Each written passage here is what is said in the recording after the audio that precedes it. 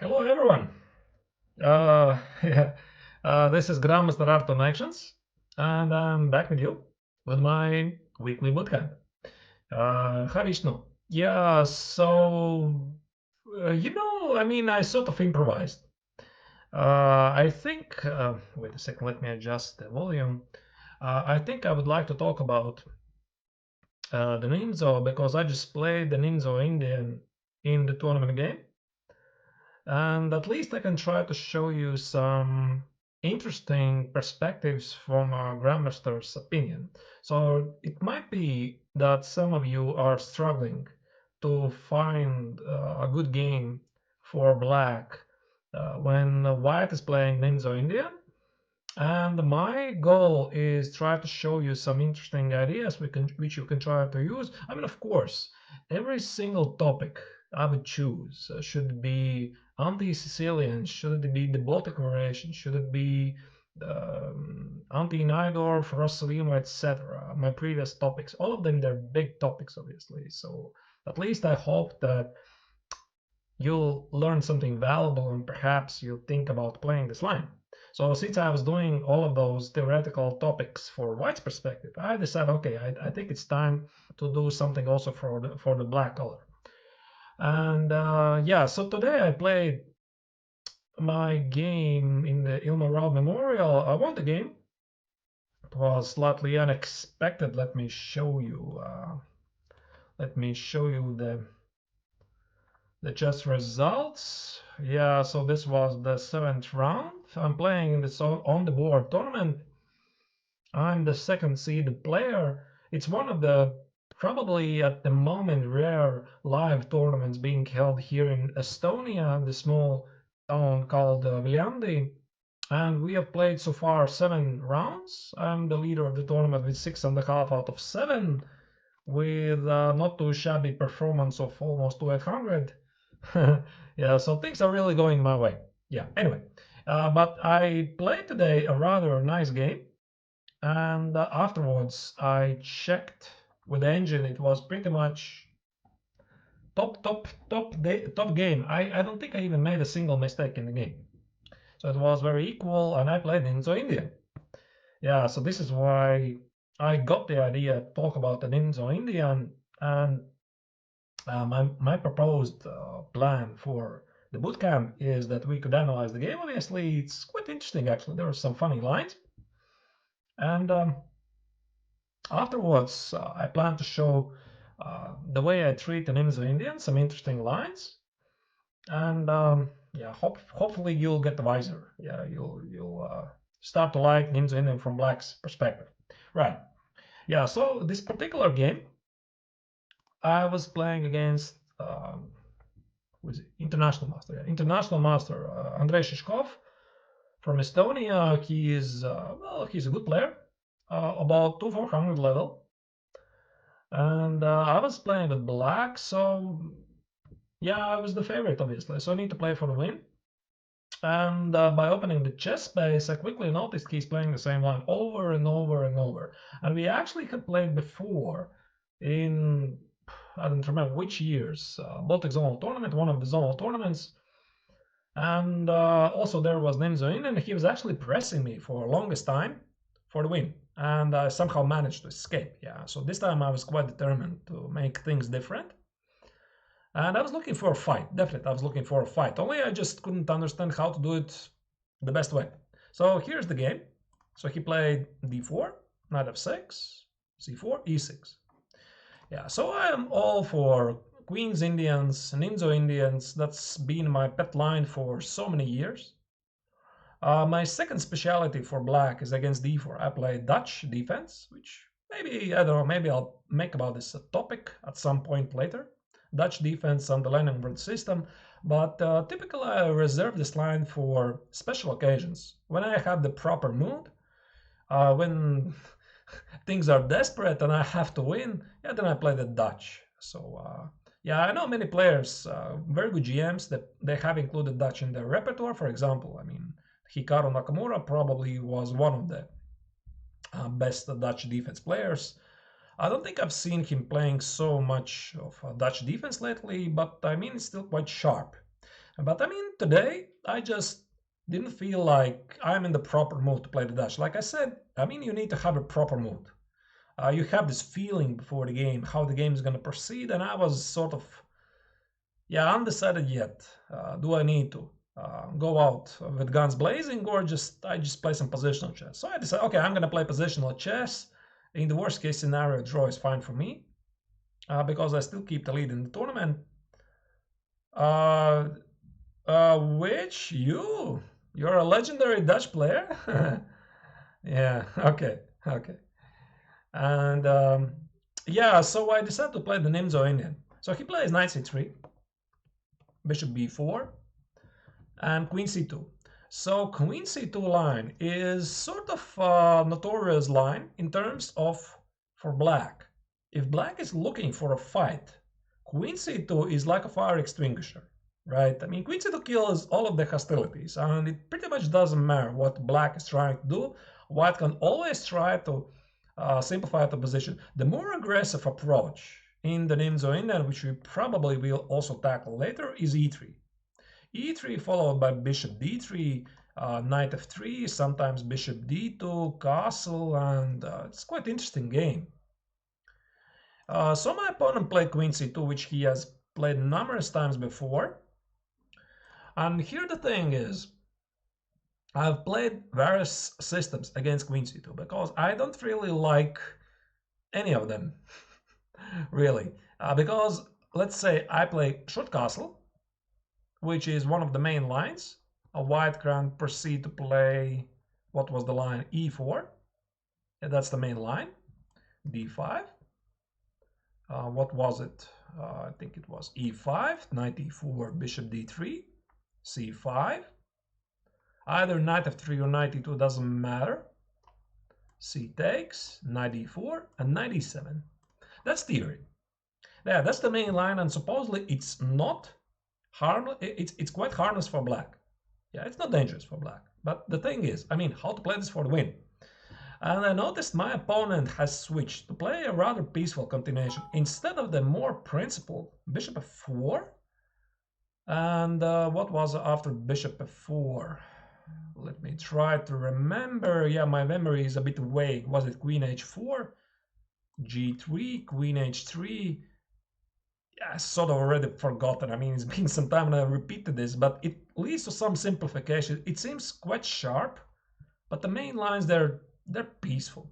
Yeah, and there are many top GM level games which ended after supposedly some hostilities. It ends with a draw. Yeah, but my opponent had discovered that he could actually take on e4. Wait, I think it was here.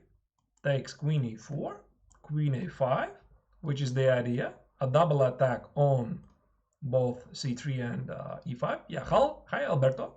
Yeah, thank you for the host. Appreciate it. And after short castle, queen e5, queen h4. I was looking at this position before the game, and I just didn't understand what exactly I'm aiming here for. What? It's so easy.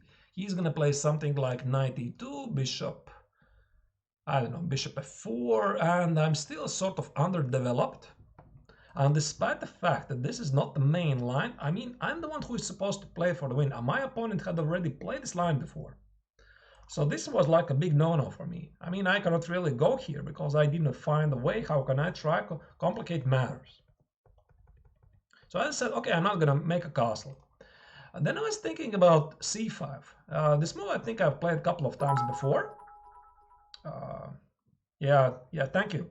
Yeah, appreciate it for the cheer. So after c5, the problem is after d takes, knight c5, I'm sorry, not bishop c5, knight a6 is the main line. And after a3, here, what was the line here? I think it was knight f3, b6, bishop f4, followed by rook d1. I mean, I just don't see playing this position for the win. Yeah, so it might be at some occasion I'm gonna need to push at some moment. I'm gonna need to push most likely d5 and play with an isolated pawn. I mean, how I'm playing this position for a win? So again, a big no-no. I mean, I'm not gonna do this. So I need to look for more dynamics. So c5 doesn't really work. I had played a couple of times d6. Queen a4 doesn't lose anything because of the knight c6, and d5 is impossible because there is a pin and white doesn't win a piece, so d6 is here playable. So white typically plays, what was it here, knight f3, knight bd7, and a really smart move, bishop d2, I think. Yeah, bishop d2. So white is still keeping all of the options to play both e3 and e4. And again, it's quite difficult for black to force a long strategic game. So something like b6 with the intention to bring the bishop to b7, white simply plays e4. Yeah, because e3, I don't think I need to be concerned about this too much. Here, typically I play bishop b7, bishop d3. At some point I take queen e7. Although, no, ideally I wanted to put the knight on e4 and play f5, some sort of a typical Dutch position, which is quite familiar for me. But the real problem here is that white plays e4. So this means I'm forced to play a slightly worse position. So here, e5, white plays a3, takes and takes. And yeah, it doesn't feel like this is a great position to play. Something like queen e7 castle.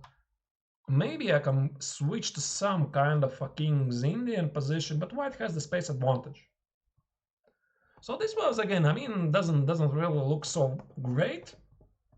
And when I'm choosing a continuation, what's gonna happen in the game, I very much take into account my opponent's playing style, how he is playing, how well he knows theory, what might his typical response. So I try to project the potential following of the game, at least up to something like 10 or 15 moves, so that if I like the position or not, and try to understand if I can play this position for the win. It's not like that. I mean, it's not like I'm gambling, throwing a coin.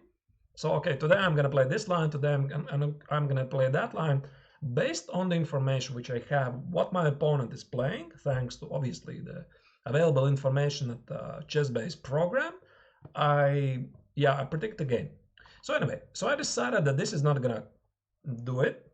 So I came up to a very nice continuation, which I don't think I actually played before. I mean, d5 I have played before, which is the main line. So I am stopping white's intentions to play e4. And let's say if white plays something like, what was it? There was actually a very sharp line here. Let me try to remember it. If I'm not mistaken, after a3, there was a bishop c3, queen takes on c3, and wasn't it here c5?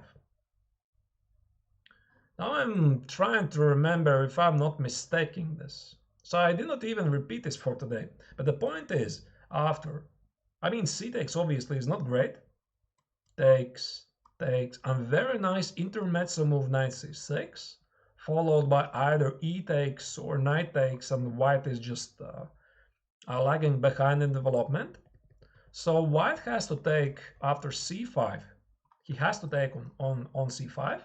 So after d4, queen g3, knight c6, there was quite a lot of sharp lines.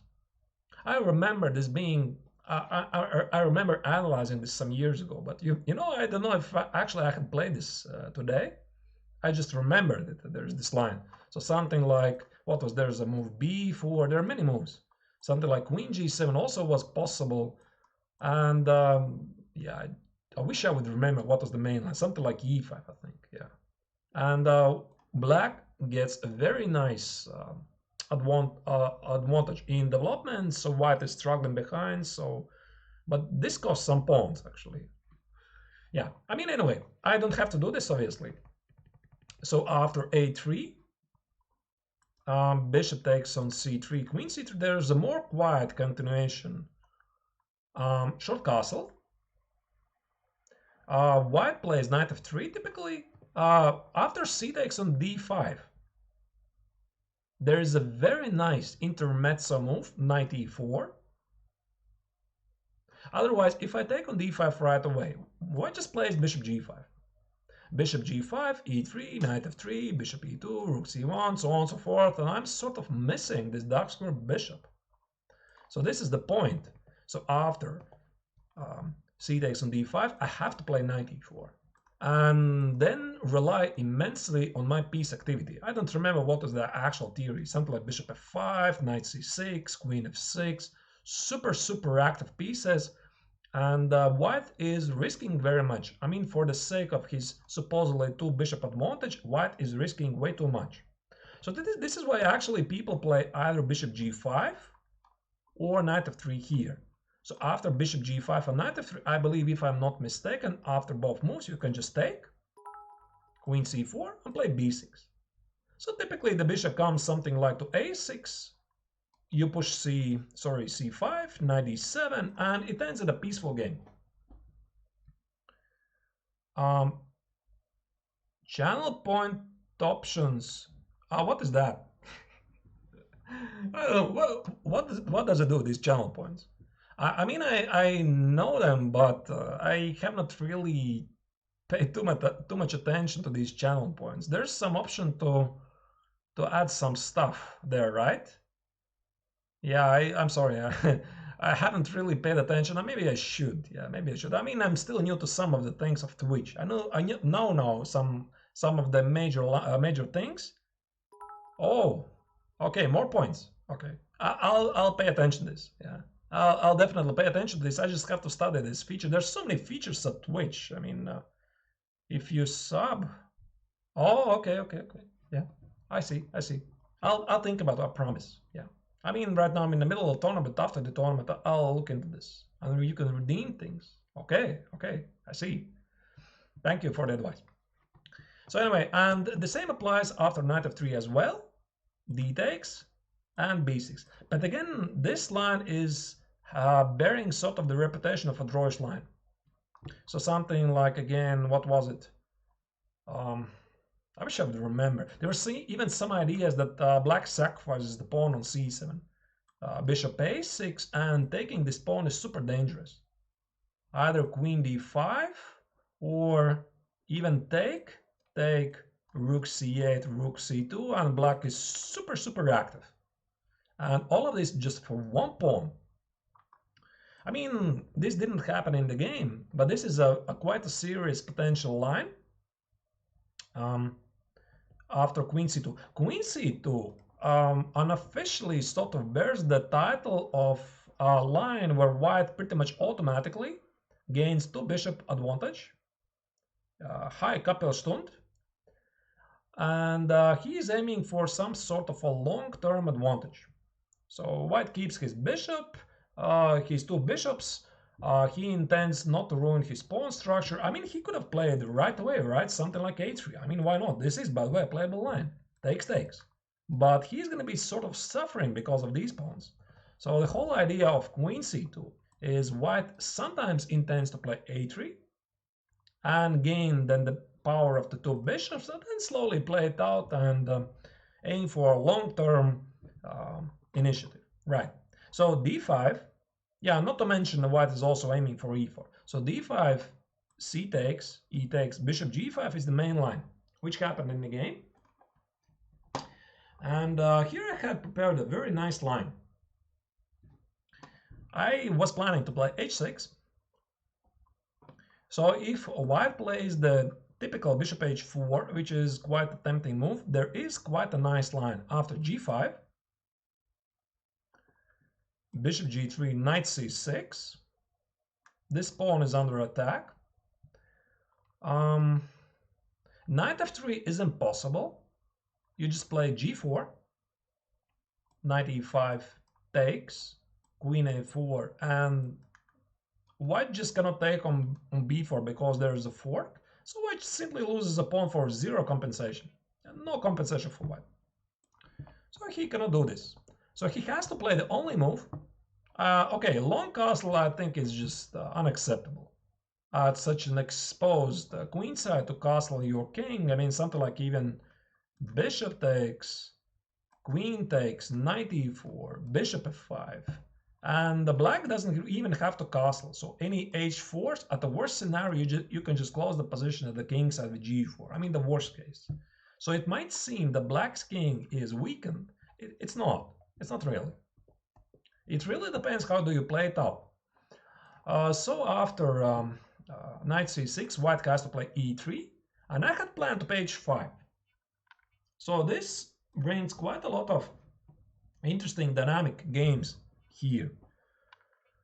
Yeah, but the Budapest Gambit, I'm not too fond of the line. Yeah, maybe. I mean, I was trying not to go totally desperate. I was trying to play aggressively positionally. Yeah, so that was my intended approach. So after h5, I am threatening to play h4.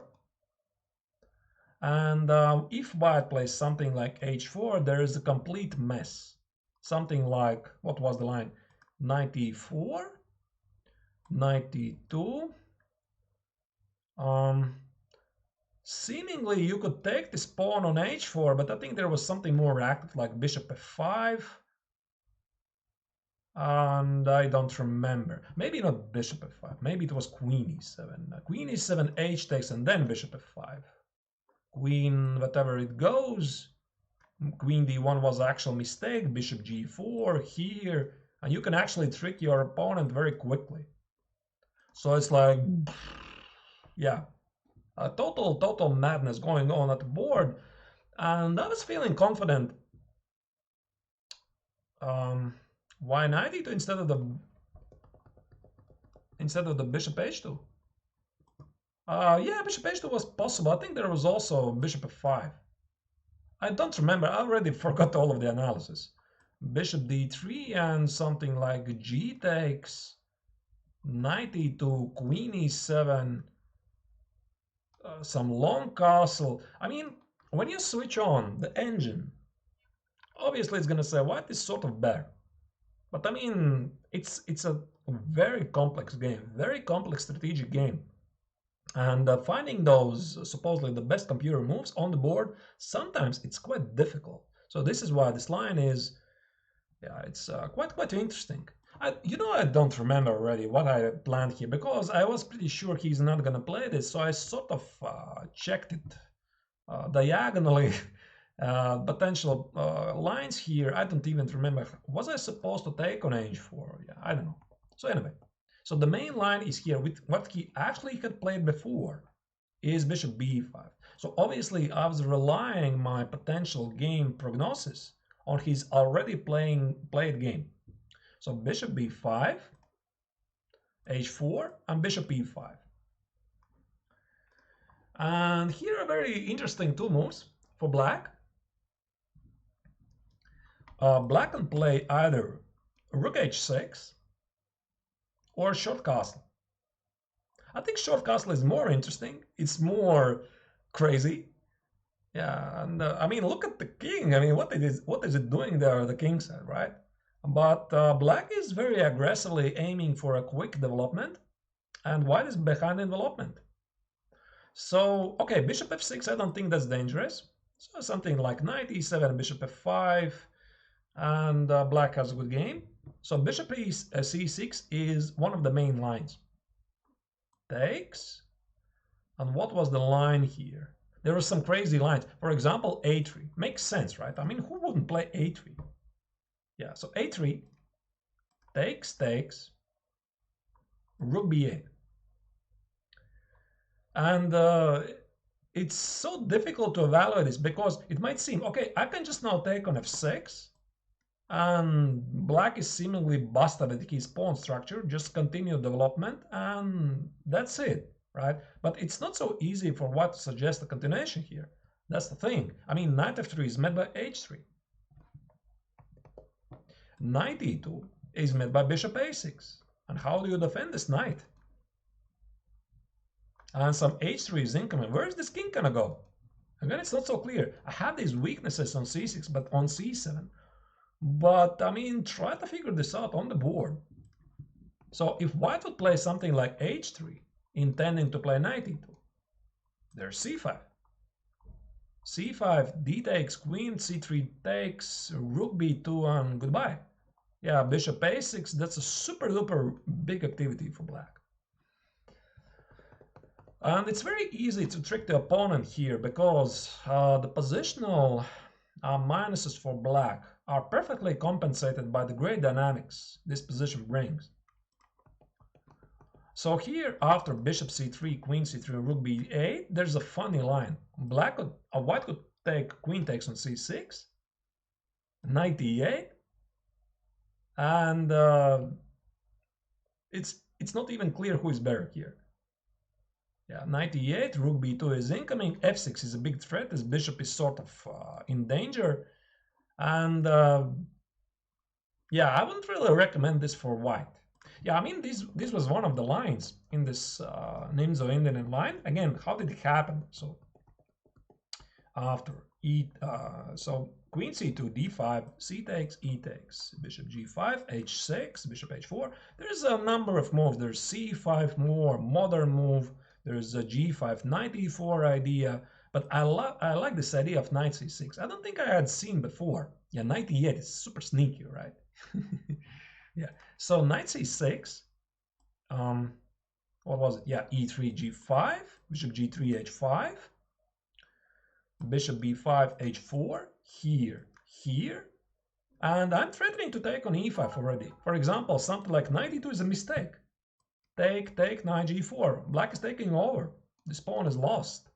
c6 has just strengthened the center, so it's very easy to misplay this. So again, I think white has to take. What was the line again here? Something like knight e2. What was it? Okay, there is no knight e4. Oh, I'm sorry. Instead of a king f8. Why did I make king f8? I meant short castle, sorry. Not king f8. Stupid. Yeah, sorry. Short castle. Takes, knight e2. Knight e4, I think. And here white has to understand if f6 is an actual threat. And apparently it's not. So after f6, white somehow keeps his bishop alive, and again, try to figure this out on the board. So anyway, it's quite a funny line.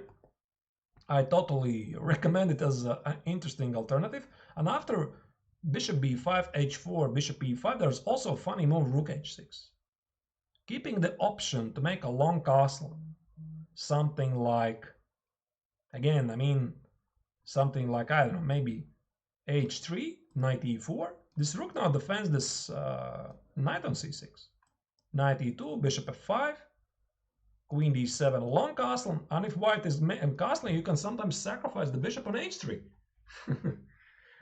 Yeah, so go figure out. So anyway, all of that didn't happen in the game, but I think it might seem for you rather dull opening, but this is a way how you can try to spicy up things. After bishop h4, knight c6. Sorry guys, let me check who is writing me there.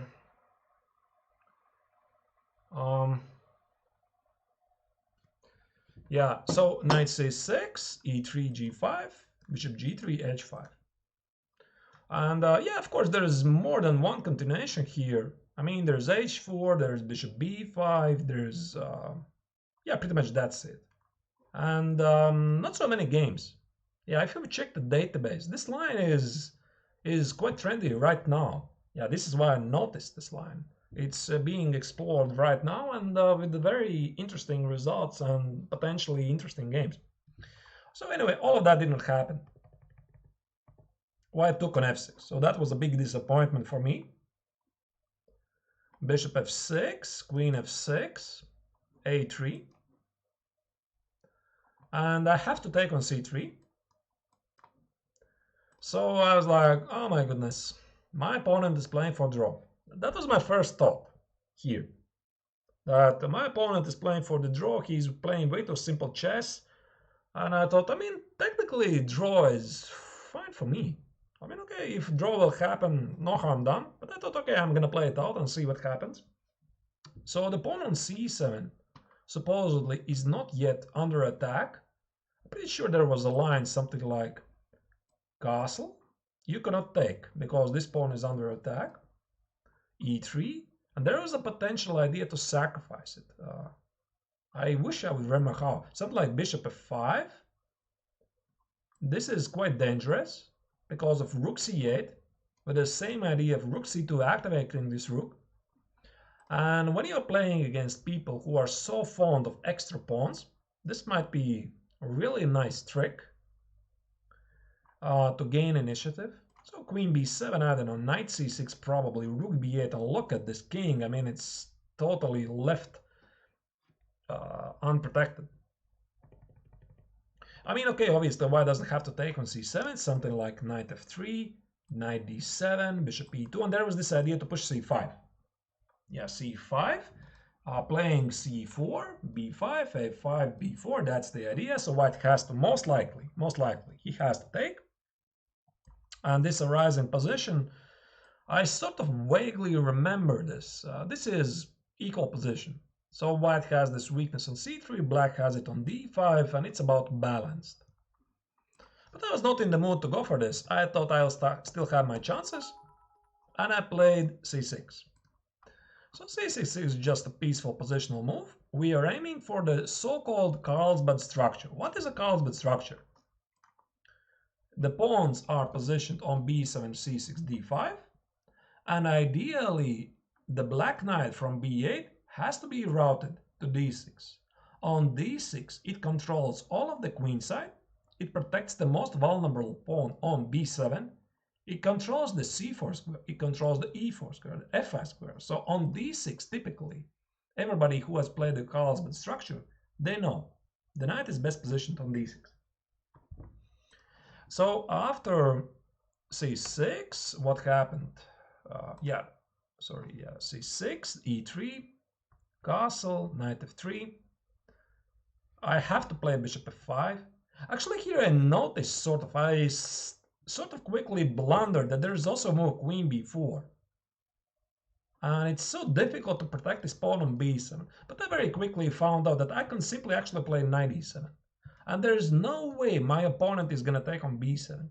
So something like queen b7, rook b8, queen, I don't know, a7 maybe, rook b2, and then again this king is left under a strong attack.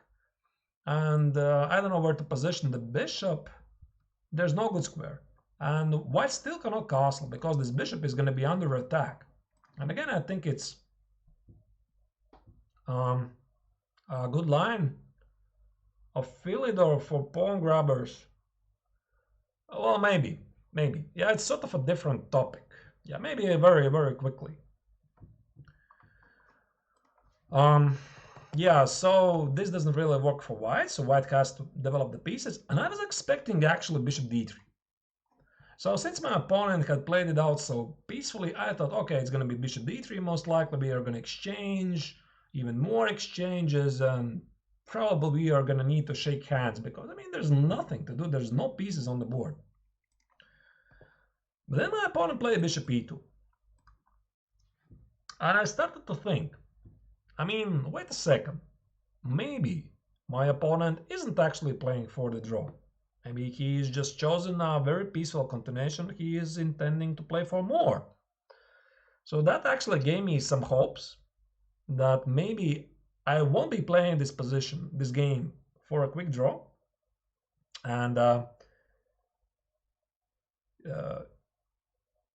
yeah, I mean, maybe you'll learn something, King Marcher. Yeah, hey, maybe you'll also find something interesting. This was the first time I had played this line. I think so. I mean, I had played d5 before, but I had follow-up of c5. So specifically for this game, I had checked this line.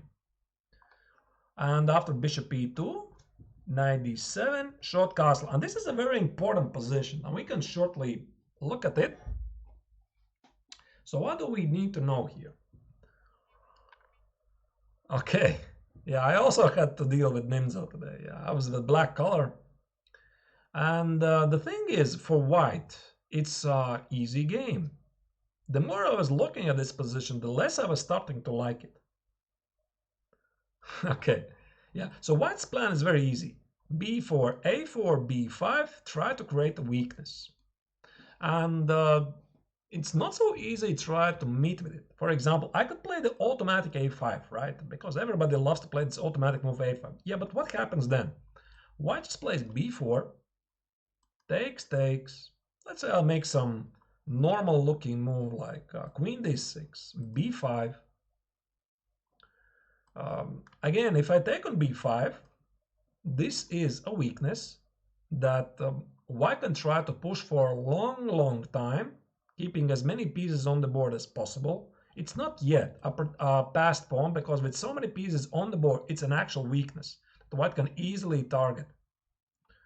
If I don't take it there, white is gonna, I don't know, something like, just make a random move. White is gonna just take on c6. Now this is a weakness. If I'm gonna push it c5, he's gonna take it. Now this is a weakness. And again, I mean, for white, this is so easy, right? I mean, so this wasn't looking for me really that inspiring. And I started to think, I mean, what plan I could possibly choose here? And I quickly realized I have quite a bad piece in my position, which is my light square bishop. So I need to trade it as quickly as possible. Yeah, I mean, b5, knight b6, but only after white plays b4. Only after white plays b4. Yeah, it might be something like, let's say, queen d6, b5, b4, b5, with the intention to play knight b6. So white could play something like a4, a6, not to mention white has a5, by the way, and then try to push to this c6 pawn. So something like, I don't know actually how to defend this. Here I need to watch out for a takes on b5. Am I not losing a pawn here? And even if I manage to put the knight on b6 on c4, white can do essentially the same and position his knight on c5. You know, I did not like this position. I was looking at it in various ways, but I realized I need to trade away my sort of not doing anything bishop on f5. So this is what I play, bishop g4. I need to trade this bishop, and I want to reroute this knight to d6. Since this is a typical Carlsbad structure, and the knight on d6, it holds everything. So after bishop g4, if white would play something like h3, I would just take on f3, take on f3, play something like, what was I gonna play here? I was thinking about queen e7. And now potentially at some moment I could try to position the knight on c4 unprotected with b5, because I managed to exchange my annoying light square bishop. But I had also other idea in my mind. I was thinking about queen d6. After b4, and let's say I'm positioning a very solid position, and at the moment white is going to push b5, my intention was to play c5. Stay with an isolated pawn, put the knight on f6, and just pray that I'm gonna find my game later. So I sort of realized I'm probably slightly worse, but my intention was to use the knight against the bishop and sort of try to outmaneuver my opponent. Yeah, so all of that did not happen. My opponent played rook f to c1, clearly intending to play b4. And I still had a hard time to figure out where exactly should I position my pieces. I mean, I could take on f3, but I'm probably still going to wait for h3 first. So this is why I played rook f to c8. So just in case, if b4 is going to happen, let's say b4, a4, a6, b5. Okay, queen is under attack there, but I'll just show you the idea. I could swap some pieces and still play c5. At least that was my idea, which I was thinking about. Yeah, computer doesn't really like all of my ideas, but I mean, this is essentially what I was thinking about. Yeah, and I would better have the pawn on d5 than on c6. Yeah, that was at least my understanding of the position. What happened in the game? After rook c8, my opponent suddenly played rook c2. And I thought maybe he wants a draw. I thought, okay, I'm gonna test it. I'm gonna play bishop f5, and after rook c1, maybe I could go back at least twice, bishop g4, and just see what my opponent is thinking. It doesn't mean I'm ready to accept a draw. I just want to find out what my opponent is gonna do. And here suddenly followed a very strange move. Bishop d3. Computer is not gonna tell you anything about this move, but this bishop for white is quite paramount to move forward b4, a4, b5 and try to get to this c6 square. Now, since my opponent played bishop d3, I already knew I have zero problems here. So after bishop d3, I happily take, push a5 to stop b4 from happening. Although, I mean, b4 is not really a big threat. At least right now, I don't think so. And since I'm thinking about some ideas to play a4, my opponent decided, okay, I'm gonna stop the game right there. He played a4, and clearly the thoughts of a potential draw was in there for quite some time. What I decided to do here, I decided, okay, I'm gonna reroute the knight to d6 and see what happens. I thought, okay, if I want to offer a draw, I can always do it. I mean, I can offer a draw after a move, I can offer a draw after 2 moves, after 5 moves, because I'm essentially not risking with anything. So I play queen e7, the knight is going to e4 and d6. Yeah, rook a3 was a strange move, I don't know what he was actually looking there for. Rook b3, rook b6, b4, I don't know what was that. So I just did not pay attention to this. I played knight f6, knight e5, and knight e4. I'm still following my plan. And here the thing, a strange thing happened. I think my opponent was slightly confused. He did not decide what he wants to do. Does he want to play a draw? Or does he want to play for the win? I think it's rather important that you have to decide this. If white wants to make a draw here, he just has to sit and do nothing. I mean, he can do the same. He can reroute the knight to d3, something like queen e2, knight d3, knight c5, knight d3, knight c5, and just do nothing. Move the rook back to a1, put the pawn on b3. Don't touch these pawns. You just don't need to clarify your pawn structure at the king side. Just sit and wait and do nothing. It's so easy. Yeah, but apparently my opponent couldn't do nothing. I mean, he has to do something, right? Because, I mean, he's a very active player. He likes to play. And here he played f3. And when that happened, I knew I'll have excellent chances here in this game, because this is a weakness. It's a very committal move. The pawns, they don't go back. So I simply played knight e6, and this is a weakness. I can target it. So white played rook a1. Now I just positioned all of my heavy pieces at the e file. Rook e1, queen c7, with a clear intention to play rook e7, rook e8, maybe queen b6, queen b4, f6 at the right time. And as it happened, white has created for himself problems out of nothing for the sake of just wanting to play active. He has actually created himself a weakness on e3. So I believe yesterday I was talking about a thing like provocation. Well, I wouldn't really say I was provoking my opponent into playing f3. I was just not offering a draw. I mean, I was playing this dull position for a couple of moves, and seemingly both of us were thinking that most likely this game is gonna end up with a draw. And what I was, Alberto, I mean, I was thinking about the draw. It doesn't mean I was gonna offer it. I was thinking, I mean, maybe I should, because I'm still keeping the lead in the tournament, and I just wanted to see and how it's gonna unfold, how this game is gonna unfold, because essentially we just played what, 20 moves, something like this, and there's still. I'm not gonna fall for provocations. That I can tell you this. Yeah. You mean he wanted me to provoke?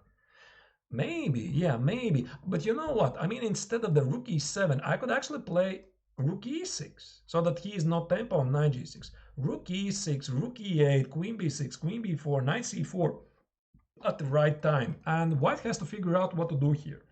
Actually, I think he had planned to play e4. But the thing is, these pawns, there are weaknesses. They are very easy targets. And it's not even clear why white actually did this. I mean, okay, white got the center, but those are actually very nice target. I could play either rook e7, rook e8, or I could play rook d8, queen b6, queen b4. At the right time, make some breakthrough in the center, or queen b6, for example, right away. It doesn't strike me that white is actually enjoying his pawn center. He's just created more weaknesses, and that's it. So when you're playing a game, you you have to keep this in your mind. If your actions actually are causing more damage to your position, so my opponent was essentially, unfortunately for him, he's a very good player, but unfortunately for him, he was outplaying himself. So everything starts with a little problem. You create an f3, seemingly you want to play active. And then you start to try to solve the problem you just created. And this is how real problems they start. So this did not happen in the game. After queen c7, he decided to try a cheapo, queen b3. Doesn't work. I can easily continue my plan and defend against it. And here followed a very, very strange move. A really big mistake. I mean, my opponent played this. I was like, what? He played h4. I don't know what is this. a4. No, a4 is good. a4 was good. There was no minority attack anyway. I mean, white had exchanged his bishop. Without the bishop, he simply cannot try to achieve anything. At a4, b4, I just put the pawn on a6 and that's it. You cannot even play b5 because my knight is on d6. It's protecting everything. This is why in the cosmic structure, the knight is on d6. That's the best position for the knight because it controls everything around. Hi, Sleepy Mario. And yeah, h4, I was surprised. So that's a very emotional move. So white intends to do something. g4, rook g2. I'll try to draw this. g4, rook g2, g5. But the sad reality is white has no time to do this. His pieces are wrongly coordinated. The queen is on b3 doing nothing. So here specifically, he fell immediately against knight f5. So knight f5 just wins a material on the spot. So I'm attacking this pawn. So if he plays something like h5, f6, knight g6, and probably what was missed was knight d4. Knight e7, queen e7, I'm simply winning a pawn for zero compensation. That's a pin, right? So instead of this, white could play knight g4, that's still the same idea. And knight d3, it's again the same idea. Either you take immediately or e3, or knight e3, rook e2, and rook e8. And white is even under a very strong attack. Yeah, so after, he could have tried something like maybe g4, take, but now I have this very nice motive to sacrifice on e5. Oh, actually I could take on f3 right away. I didn't even see this. Yeah, but okay, rook e5, the same idea still works, and black is winning. Wow, look at this. Do you know what the engine is suggesting here? The first move, the top choice of the engine. Unbelievable. Can you guess it? Black starts and wins. Okay, rook e3 is winning as well. Yeah, rook e3 is winning as well. Yeah, rook h5. What is this? No, rook h5, look at this. I mean, black is winning. Queen g3, queen f3, queen g4, or queen f2. I don't think I've seen this motive before. Wow. Yeah, rook h5, queen g3, check, and either here a check or here a check. Okay, it doesn't matter. White is winning. White is losing anyway. So after knight f5, my opponent tried the best chance. He played rook here. And it took me some time to calculate this. Yeah, rook h5, do you love this? I mean, it's crazy. Yeah, I mean, can you imagine this? You are drinking a cup of coffee, rook h5, and zero emotions. That's something. I mean, yeah, to execute such a wonderful move. Totally cool. I do this before breakfast, rook h5, moves like this. And yeah, what happened here is that white is threatening to take on d5. So I was thinking about two moves here, either rook d8 or queen d6. And finally I've calculated that queen d6 is winning material on the spot. Because after h5, f6, knight g6, take, I had quickly calculated that although I'm dropping the pawn on b7, this wasn't a blunder, I intended to do this. After rook e8, I have a wonderful checkmate idea, rook e1 and queen g3. So for example, something like queen c6, this is a checkmate, queen g3. And he still went for this, and suddenly he played a 4. And I thought, okay, this is game over, I'm gonna collect my point now, I just take on d4. And the more I was thinking, I started to have some hallucinations that things are not easy yet. So let's say I take on d4. I'm attacking on c4, c2. I'm threatening to play knight e2. So rook c6, take, rook c6, queen b4, take, and take. And seemingly I'm winning. But look at this knight on g6. It's sort of annoying counterplay for my opponent. So something like he could play rook d6, and the a pawn is marching forward. He's gonna play something like rook d7, knight e7 check ideas, and yeah, I wasn't really sure if this is gonna be such an easy win. I mean, it's still probably a win. For example, of course, computer says easily this is winning. Let's say here. I would play something like here, takes, a6, rook a2. Okay, I'm still winning, yeah, still winning. So I'm marching forward. But for me, it was some doubts that it's gonna be so easy. So I found a lovely continuation. Queen e6.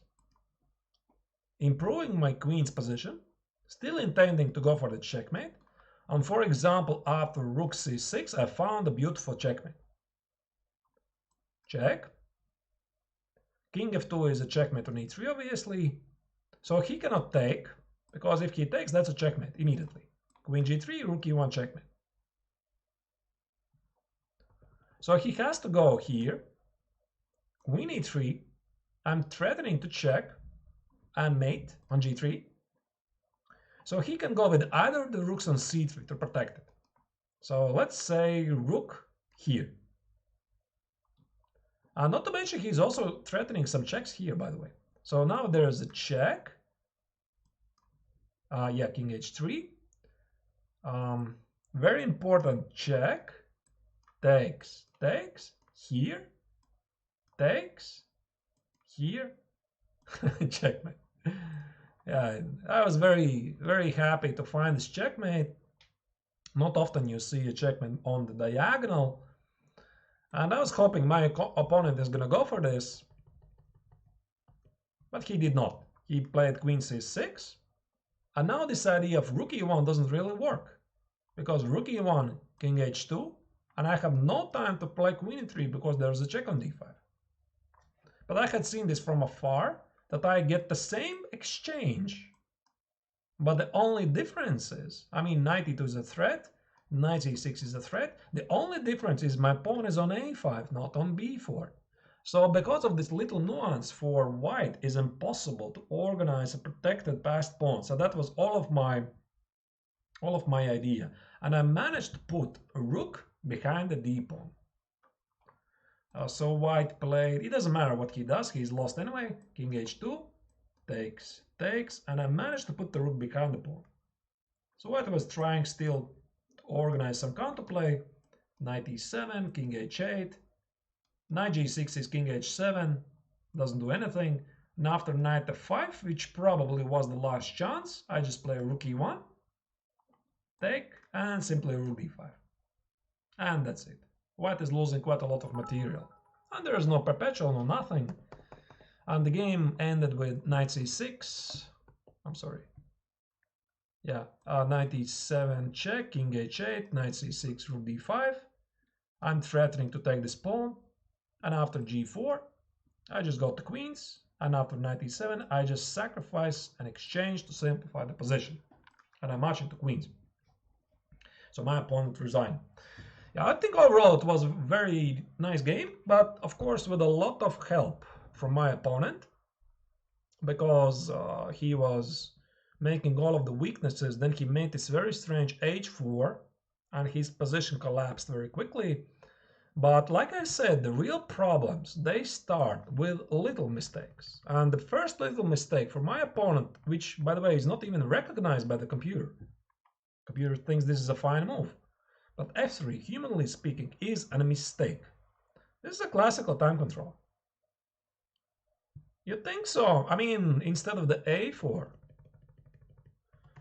Yeah, but I mean, what is white gonna do here? I mean, like I said, I mean, b4 is not even a threat, because I just gained the c4 square. Or I could actually play myself a4. Okay, white could play b3 maybe, yeah. b3, rook b1, try to push this, but it's not even clear what white is threatening there. I mean, like I said, white had to understand what does he want from this game. Does he want to play for the win, or does he want to sit and just make a draw? Because essentially I have no plan. I would reroute the knight on d6. My idea was here. For example, if white would be doing nothing, let's say, if white would be doing nothing and sitting and waiting, I was thinking about some ideas at once at the king side. Put the rook here, queen here, rook e6, rook e8, g5, maybe not the 5, f6, g5, h5, h4, try to get to the king, while everything at the queen side is blocked. Yeah, in this sense, yeah, a4 then isn't really helping white, because there is no counterplay. But in terms of objective position evaluation, it doesn't change anything. It's just a dead draw. So my opponent made quite terrible choices. Okay, so let's go back and let's continue with some Nimzo. So after knight c3, bishop b4, queen c2, I think I showed you some of the typical ideas. I think d5 is quite nice. But again, if white isn't in the mode of fighting, he just can play a3. Yeah, I mean, for me it was obvious. I mean, you cannot trade this bishop, and this bishop is so important for you, for your counterplay. It protects the c4 square. It allows to push for b5.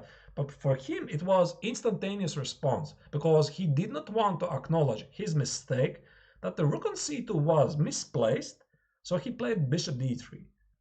Yeah, so I think he just did not understand the position so well. I think that's the problem. And yeah, so after a3, it's also quite interesting possibility, but I mean, still I could try to get some hostilities here. Like I said, I don't know if I would have done this.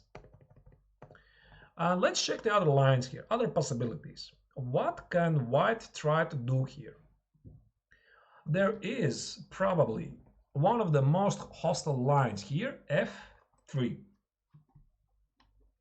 So f3 with the idea to try to, I mean, seize the center immediately by playing e4, bishop e3, gain a lot of squares.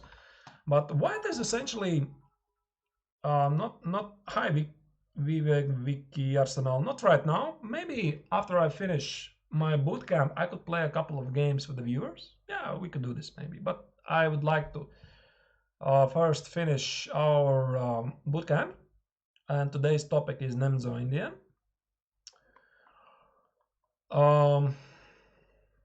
Fantasy variation. I don't know. I mean, where did you get this title? Fantasy variation. It's quite interesting, actually, quite sharp. And there's quite interesting lines. For example, one of the topical lines here, which is played at the top level, is c5, d5, and b5. Super, super aggressive. It's not Karakan. Where do you see a Karakan here? This is Nimzo. No, no, no, no. This is not Karakan. Alberto, this is Nimzo. This is not Karakan. Why do you think this is Karakan? Karakan is something else. And here the idea is that, let's say, white keeps the pawn, but black gets a very strong center. So obviously, white is not happy to do this. So after b5, the main line is something like e4. What was the continuation here? B takes, bishop takes. You know, I don't know this. Fantasy? Ah, fantasy is from Karakan. Okay. Yeah, but this is quite a sharp line. I know it's been contested at the highest level. There's even a couple of known theoretical draws. So, for example, you might be watching a top GM game and they made a super sharp draw. Just relax. I mean, they just know this is a theoretical draw and they decided to make some fireworks just for you. But both of the players perfectly knew that this is a theoretical draw. I mean, there was one line, one very sharp line, which ended in a draw in this line, but I don't remember it now from memory. Yeah. So anyway, after f3, I am not a big fan of c5. It's playable. The other alternative here is to play d5, and after a3, there is two moves. Either we take and play c5.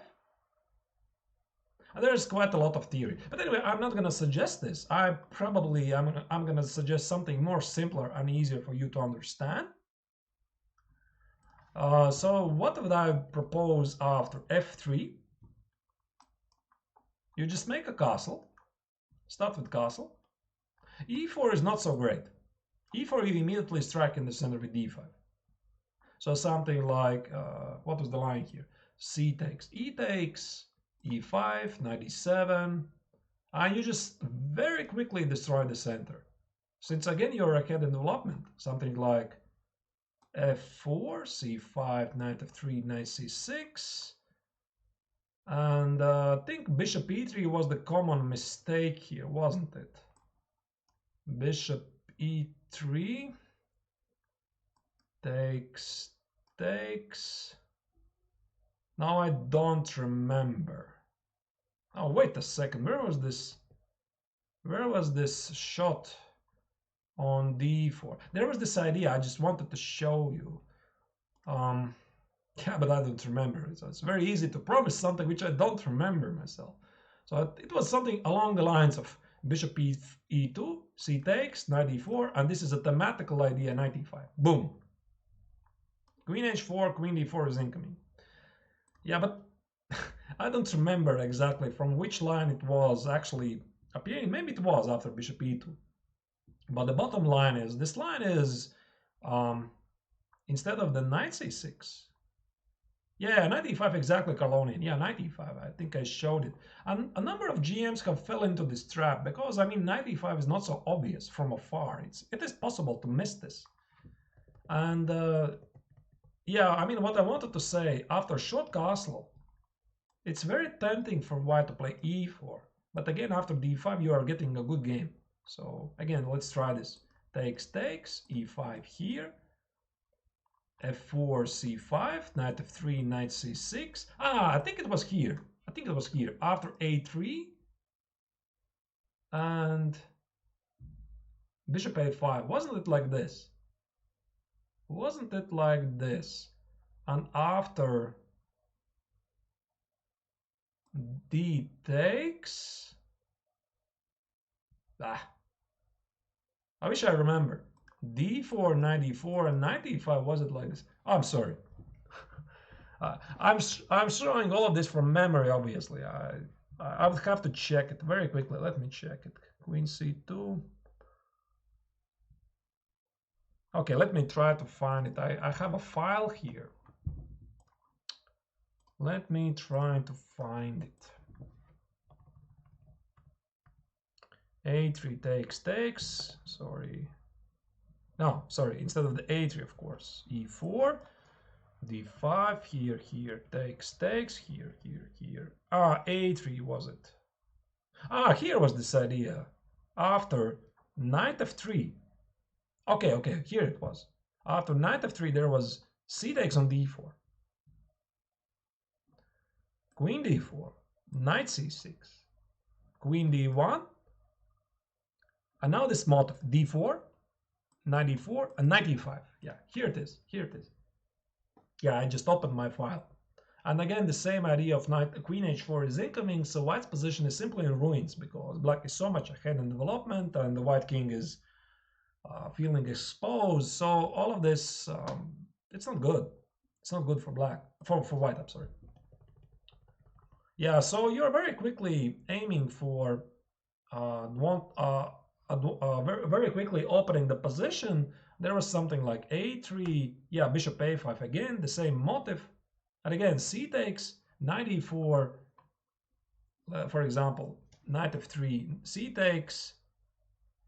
And there's, for example, after knight e4, again, the same idea of knight e5. Knight e5, f takes, queen h4. G3, you just win a rook. White knight cannot take, this is a pin. And after king e2, there's a super dangerous attack. Check, here, knight c6.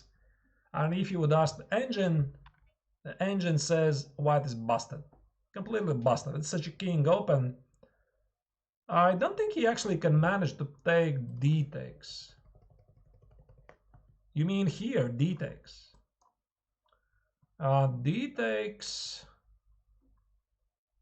We could try to use the same idea. Okay, I mean, computer obviously says this is easy stuff. Again, we are sacrificing the pawn, d4, forcing the queen to take.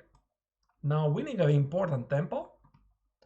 And something like queen wherever it goes. Bishop takes, queen a5, knight c5, bishop f5. I mean, look at these guys. I mean, when they are ever gonna be developed. And all of this is just for one pawn. Just one pawn.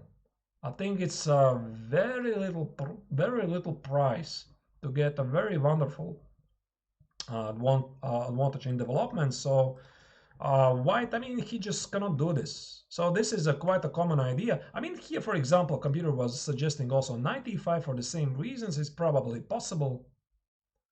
Same idea, some queen h4 might be incoming. But here, okay, there's some sharp game after b4. Okay, there's some madness. Knight g4 takes, well, I don't know what is this. Rook e8. So very strong attack is incoming. And it's it's maybe the hardest thing for patzers, but let me tell you this. Sacrificing the pawn to solve your opening problems is the best thing you can do. I can guarantee you this. I mean, you have a choice. When you have a choice, you are either suffering a slightly worse position with black and your opponent is pressing you a long positional grind, or you're sacrificing a pawn and gaining the initiative immediately. Believe me, I mean, choose the second option. Yeah, I mean, controlling the initiative is so important. And also, this is what the super engines like AlphaZero, Alila, this is what essentially what they're doing. They're dropping the pawns left and right. I mean, sometimes even more. And they're getting the initiative because even computers now understand the importance of the initiative. So nobody's really calculating the pawns, maybe except the patzers. Yeah, okay. I mean, patzer, it's not a nice name, I know. But I did not say it. Somebody said it in the chat. Yeah, so, I mean, not patzers, amateurs. Not amateurs, but chess lovers. Yeah. Okay, but of course it's understandable, this desire for the material, but the modern chess, it has evolved very quickly. And pretty much everyone who is playing chess at a competitive level, they understand the importance of the initiative, that nobody needs to count the pawns, and if you can get out of the opening by sacrificing of a pawn and all of the pieces are playing, just go for it, totally. Okay, so let's move on. So e4 doesn't really work. White can play a3, which is the main move. And after bishop takes, b takes, and now you play c5. You're essentially fixing these pawns. And your idea is to play knight c6, b6, bishop a6, knight a5, and maybe rook c8. I think it's rather easy. Of course, you have to watch out for some kind of a kingside attack. White might just try to do this. So e4. Yeah, the main move is d6, but there's also a very interesting move, knight c6. You are ignoring this move, d6. So for example, white doesn't know how to react. He plays here. Yeah, there's knight e8. Wasn't it Capablanca's move? I don't remember this. Somebody, I think, told me this was Capablanca's move. I mean, knight e8 with the idea that black did not yet play d6, and he can actually play b6, knight e6, and knight a5. And there is no this traditional pin of the bishop on g5. So something like here, here. Oh, actually, that's my game. I had forgotten. Yeah, I've written an analysis, my game against Francesco Rambaldi, a strong young grandmaster from Italy, and this is my game. Yeah, I surprised him with 98. I still remember his facial expression. It was total disbelief. What is this? I mean, 98, you usually don't do this. So what happened here? Here, 96. Yeah, and I got a very nice position. The game and draw a couple of moves later. So I mean, of course, the drawback of this 98 move is that white can try to push. Wait, what can? No, instead of the bishop d3, he can try to push e5. And there is a very sharp game. Knight h5, bishop e3, d6, f4, queen a5, and you name it. Yeah, what was it?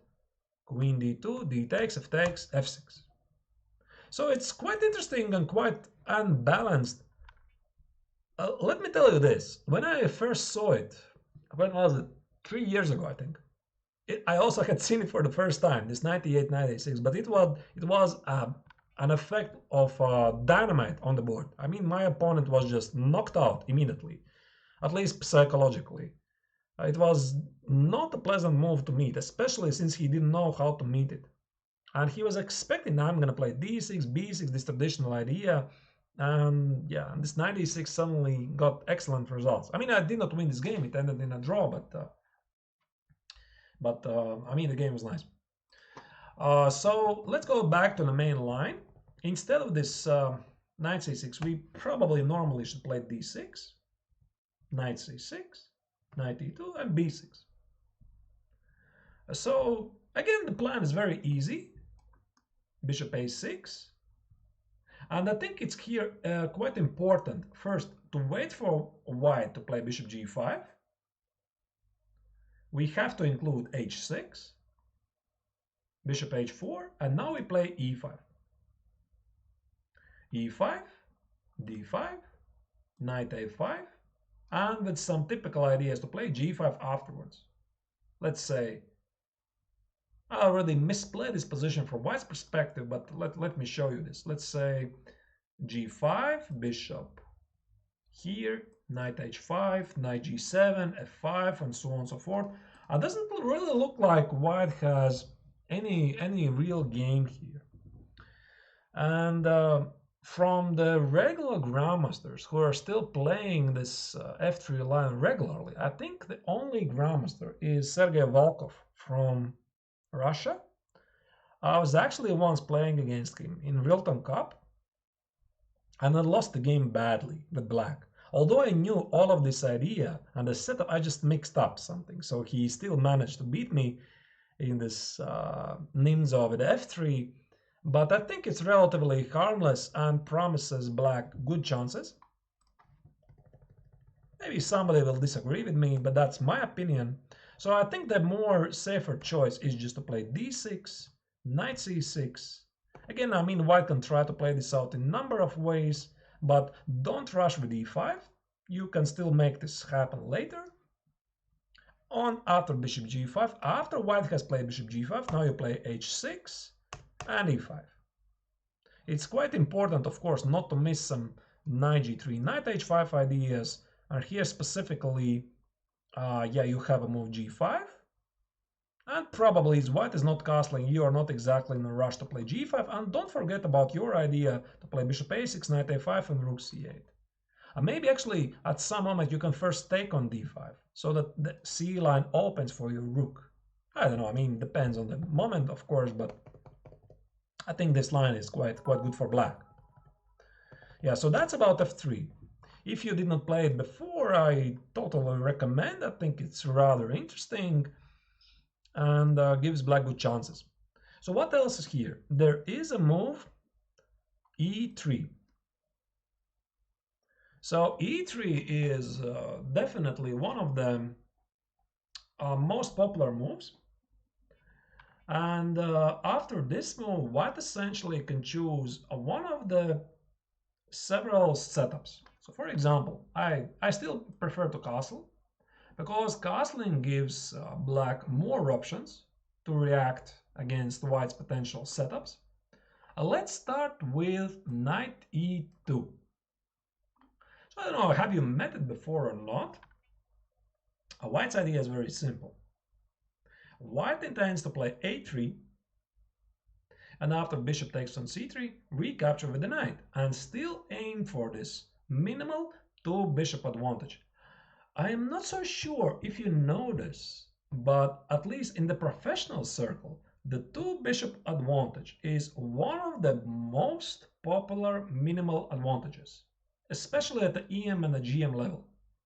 When you can get nothing out of the opening, at least you try to get the two bishops, and there's so many openings which end up with one of the sides having the two bishop advantage. Most likely it's the white color who has the two bishops in most of the occasions, and then he is just trying to grind it out and slowly trying to open the position and presumably getting an advantage. Yeah, so after knight e2, there are obviously more moves, many interesting moves, and here I suggest, yeah, my game against Nikita, he played knight f3. Knight f3 is the main move. Knight e2, I'm not afraid of knight e2, to be honest, and I'm not afraid against knight f3 as well, but I mean knight e2 I think is quite harmless if you know what you are doing. So here's a very nice and interesting move, which I picked up a couple of years ago, is rook e8. Still not defining the pawn structure at the queen side. And let's say white is still aiming for this two bishop advantage. He intends to take on c3, bishop e2, castle, b3, you name it. Now we retreat bishop f8, and this is quite paradoxical. I mean, we played bishop b4 to stop the pawn's advancement in the center, and now we are retreating back to f8, and this actually has some resemblance to some of the anti-Sicilian lines I was proposing. For example, I'm still advocating e4, c5, knight f3, d6, bishop b5, and in some occasions white makes castle, rook e1, and the bishop comes back to f1 after forcing your opponent to position the pieces on the not the most optimal square. So this is the same. I mean, knight on e2 is misplaced. Otherwise, it should be on f3. So naturally, if white had played a knight f3 and a3, I wouldn't have played rook e8 and bishop f8. Now I'm playing against a misplaced knight on e2. So my next move, what I'm threatening, is to play d5 and c5, knight c6, and let's say something like knight g3, d5, let's say bishop e2. Okay, I mean, instead of the c5, probably more challenging is b6, bishop b7, let's say castle, bishop b7, b4, knight d7, and g6, bishop g7, and push e5. You just have a great game. So doesn't really strike to me that this knight on g3 is really well positioned for white. It's not. So this is why after bishop f8, white can try to play e4. And again, we're using the same motive, which you already know from other Nimzo lines. If white tries to take the center, the control of the center as quickly as possible, you have to break it through. So you push d5. So the motive is the same. C takes, e5. Again, the same is knight e4. Again, the same idea of c5, knight c6. Try to break through. And white needs to play it here very carefully, not to get in trouble. So e4 doesn't really work. So this is why white is trying to stop you from playing d5. He plays d5 himself. It's quite a paradoxical move. And in this line, a couple of years ago, I found this very nice continuation, which is a5, with the intention to put the knight on a6, knight on c5. So let's say white is playing something like knight g3, knight a6, bishop e2. Now, I don't remember, I think it was here. Yeah, take on d5, take, here, and yeah, might be, maybe a4 was it here? I don't remember. I mean, but the point being, what I wanted to say, I'm planning to play g6, c6, queen b6, and bishop g7. And what's interesting about this position, when you look at it, you might realize, those of you who have played it, this is actually King's Indian. A King's Indian where the white player, he has a weakness on b3, and the knight on g3 is misplaced. That's it. I think this is a great King's Indian position.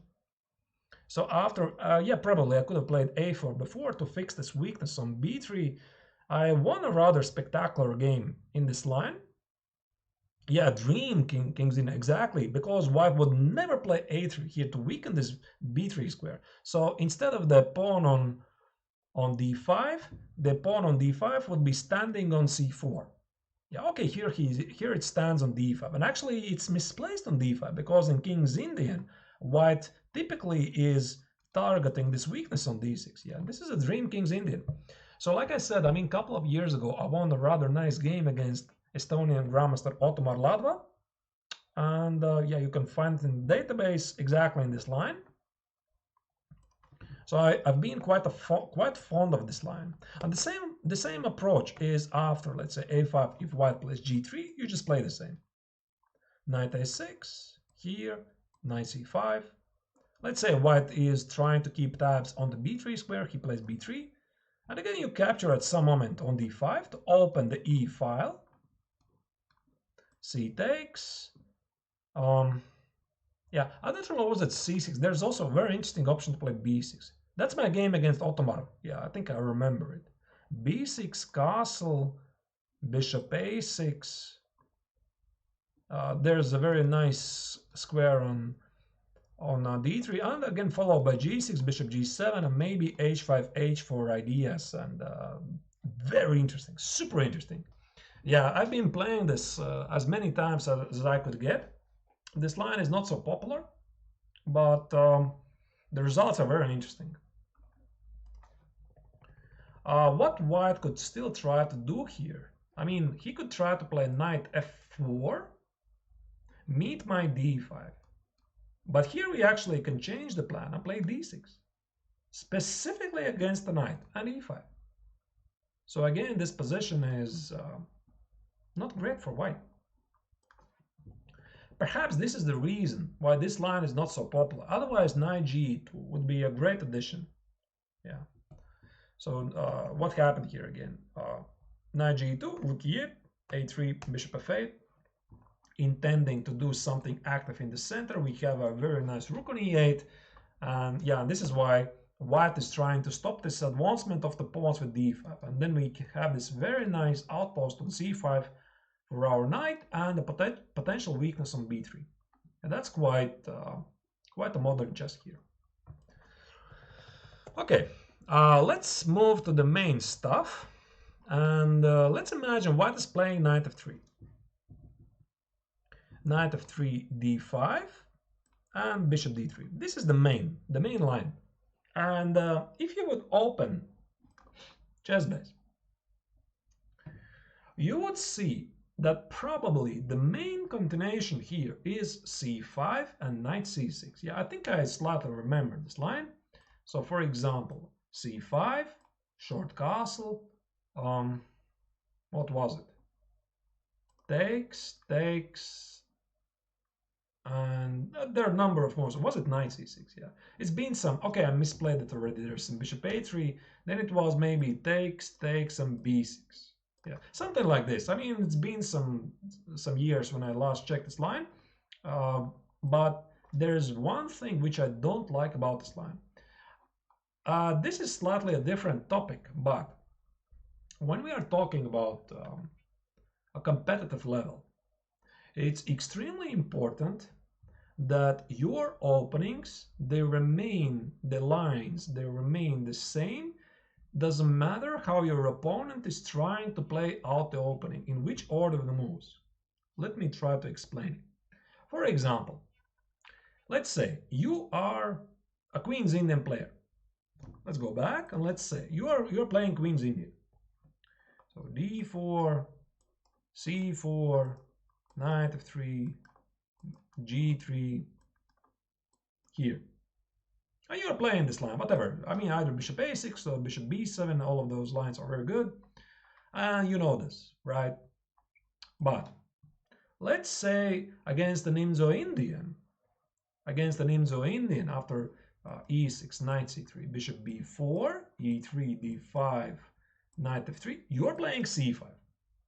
Yeah, because I mean, I'm now imagining some scenario, but you'll get the point now.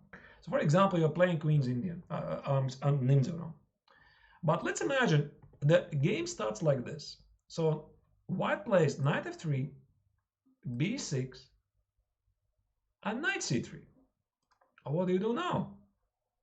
I mean, bishop b7, of course, is still possible. Bishop b7, a3, that's something else. And since you have a rule that, I mean, that's the Petrosian line. So you have a rule that after knight c3, you're supposed to play bishop b4 here and bishop b7. And now the question is, wait a second, guys. I mean, why are you playing a different line in the Nimzo just because your opponent changed the order of the moves? So this is a very important topic, and you can believe me, people are exploiting this left and right when they are checking their opening repertoire of less experienced players. They're looking for these loopholes. For example, I could change the order of the moves, the way I play it out. For example, I start with d4 or I start with knight f3. For example, let me show you again one more example.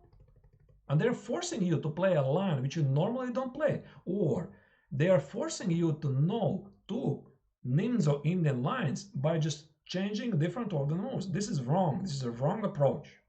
Now I'm speaking sort of from professional's perspective. Let me show you another example. For example, let's say you're playing the Catalan. Specifically with bishop b4 check here and bishop d6. It's quite an interesting line. But let's say your opponent is starting with knight f3, knight f6, he's playing d4, e6, g3. There is no bishop b4 check, right? So you play it here, here. You might actually still position it on d6, but this is something else. The white bishop is not placed on d2. So your opponent has tricked you with the order of the moves. Let me show you yet another example. For example, you are playing the Queen's Indian with bishop a6. Let's say here, here, knight f3, b6, g3, bishop a6. Quite a nice and funny line, actually. But your opponent starts like this. He starts with knight f3, knight f6, c4, e6, g3, b6, bishop g2. You're not going to play bishop a6, right? I mean, it makes no sense. White can play d3. So you're playing here and d4. Fooled you. Yeah, so this is quite a common thing which professionals are using all the time, especially experienced players, where they have access to the information at the chess base, and most of the occasion they're just looking for these loopholes. For example, I had this once quite a funny occasion. I was playing against Nikita, and I totally tricked him by playing g3 first move. So he did not play e5 because e5 c4, this is English opening, which he doesn't play. So what he responded with d5, seemingly normal move. But the point is, after knight f3, we go to reti. And after reti, he doesn't go d5. He plays something else. So he proceeded to play knight f6. I don't remember what he was playing at the time. I think it was some Slav. And here, e6, we switch to Catalan, which he doesn't play at all. So he was trying to simplify the matters, and I immediately went for a side line, which he did not know. I think it was, yeah, knight e5, and that's it. Completely out of the book. So I used this little loophole of my opponent's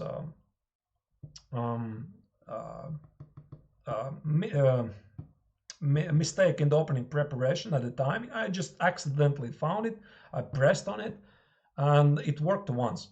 But this is just one of those occasions when you can try to trick with the order of the moves, and this is why extremely important that it doesn't matter the way your opponent is changing the order of the moves in the opening, the result still should be the same. And this is not something you can solve in an actual game. Let's say you're playing over the board, and this is not something you can find over the board. This is something which is done in training sessions when you're setting your opening repertoire. You just have to make sure that by changing the order of the moves, your opponent cannot trick you into going into something else. Yeah, so anyway, okay, you're getting 1,200. Yeah, I know. I mean, I was speaking slightly too professional, probably. I know, but I mean, I thought that was interesting for you to know because I'm not so sure you knew this. This idea that GMs are using this all the time, this tricky ordered moves. And any tips? I mean, that's a classic, of course. What do you need to get better, right?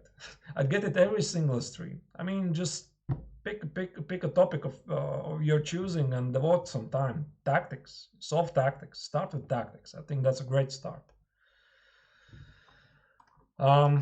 Yeah, so anyway, I mean, I slightly got derailed away from the original topic, which is Queen's Indian, but the point was, for example, why I'm playing against d4, knight f6, c4, here, knight c3, bishop b4, e3, castle, knight f3, d5, bishop d3, why I'm playing a b6 system here. I think I just explained it to you, because if I would play the system of d5 and c5, essentially I would have to learn two systems against the Nimzo. If I'm playing Queen's Indian, I can still reach the same Nimzo line. For example, we start with the Queen's Indian, and if my opponent plays knight c3, suddenly he switches to Nimzo. I still play the same line. I don't have to learn a new line. So this is quite important. And this is essentially the role of a chess coach. He has to identify. I mean, now I'm talking about quite a slightly advanced level. He has to identify these weaknesses in his students' opening repertoire and eliminate them and make sure that he has the same system. It doesn't matter the order of the moves which we change. Okay, so let's go back to the main stuff. Castle, d5, and typically a white takes on d5. The reason is here, I think it was, yeah, a3 was still possible. Typically the bishop retreats to d6. C takes is met by e takes. If white doesn't take, c takes. You are going to take on c4 yourself. For example, b4, take, I just play knight d7 and e5. Prepare e5. Maybe not e5 right away, but this is a rather good position for black with two very powerful bishops. Maybe you can try to improvise some kind of attack at the right time with knight g4. I don't know. So all of this is perfectly playable. So this is why white actually takes on d4 as quickly as possible. I think it's here. C takes, E takes. And this is where some really big theory starts. Typically, you want to keep this bishop on d6 and protect it against knight b5 by playing a6. So for example, a3, the bishop goes here. Knight b5, we don't trade, obviously. We just go back, we just chase away the knight, and we just go back to d6. Bishop d6, b4, a6, here. What was the best line? Either knight d7 or queen e7. I always keep mixing it up. I think it was knight d7, and your idea is quite simple. You want to start some improvised kingside attack. Let's say, what was it? Rook e8, knight f8, knight g6, queen d7, maybe queen g4, and try somehow cause some problems for the white king. White typically tries to do something here, a4, at the right time. You can just stop it at the right time by playing b5. Still is impossible, but let's say here, b5, you just play c6. And b5 is not so good because takes, and we just go past. So this c6 is quite a modern idea. I sort of love it. So c6, still intending to play knight f8, knight g6, and then use all of your pieces at the king side. And while white is busy trying to create some targets for you at the queen side, you have free hands to do whatever you want at the king side. So this is quite an acceptable line for black, and usually it gives good results. Yeah, in the game against Nikita, what happened, what we played a couple of days ago, is he played a sort of a modern line. He played knight c3 here, e3 here, takes, and bishop d3. Yeah, he played like this, knight e2. And I think I explained quite in detail already this line back then. So again, our idea is to position rook e8, b6, and bishop b7. Let's say here, here, here, here. We don't want to trade these bishops because then our position will be slightly worse and we won't have any typical counterattacks at the king side. And as soon as white is playing some f3 ideas, there's this funny idea, f3, g4, g5, knight g3, I'm sorry, yeah, knight g3, you want to push c5. If you're going to push c5 right away, for example, here, this might make these pawns quite vulnerable. Something like a3, I don't know, what is this, b4, knight b5, something like this. I mean, I don't know, I just sort of slightly guessed, but looks slightly dangerous. Knight c7 might be a fork, a takes on b4 is a threat, and you're with the isolated pawn. So black has to be quite careful and quite patient here. Something like a6, knight d7, knight f8, knight g6, and at the right time push c5. Yeah. Anyway, I mean, I already covered this in my game analysis against Nikita, which is my, I think it was not the previous stream, the stream before, because my previous stream was, when was it actually? Yesterday. No, yesterday. No, okay, my yesterday stream. Yeah, my yesterday stream. So black is doing very much fine. And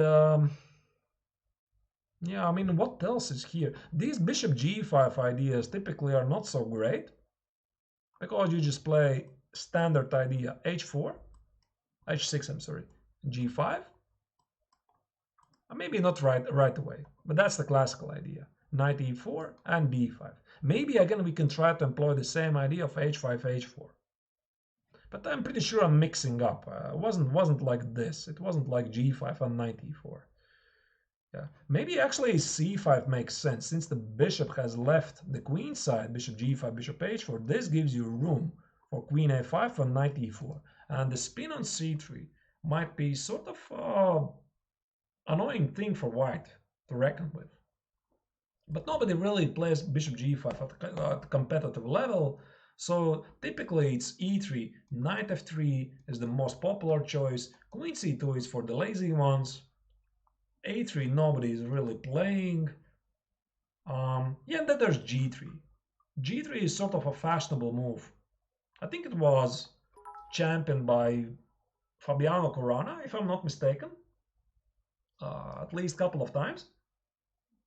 So here, this is slightly unorthodox Nimzo-Indian with the bishop on g2. And I think the simplest choice what you can do here, you just play d5. Obviously fighting for the center, and just intend to take on c4. About taking the pawns on c4 in various Catalan ideas, Romanishin used to play this. Okay, I mean, I didn't know. I just know that Caruana was playing this a couple of times. I think so, at least, unless I'm mistaken something. I mean, these pros, they play everything. So yeah, it's easy to get mixed up. So the point is, there's a simple rule in various Catalan Queen's Gambit accepted positions that black is pretty much happy to take the pawn on c4 when the white knight already stands on c3. So here the knight stands on c3. So we can already, after knight f3, we can take on c4. Castle. What was the line here?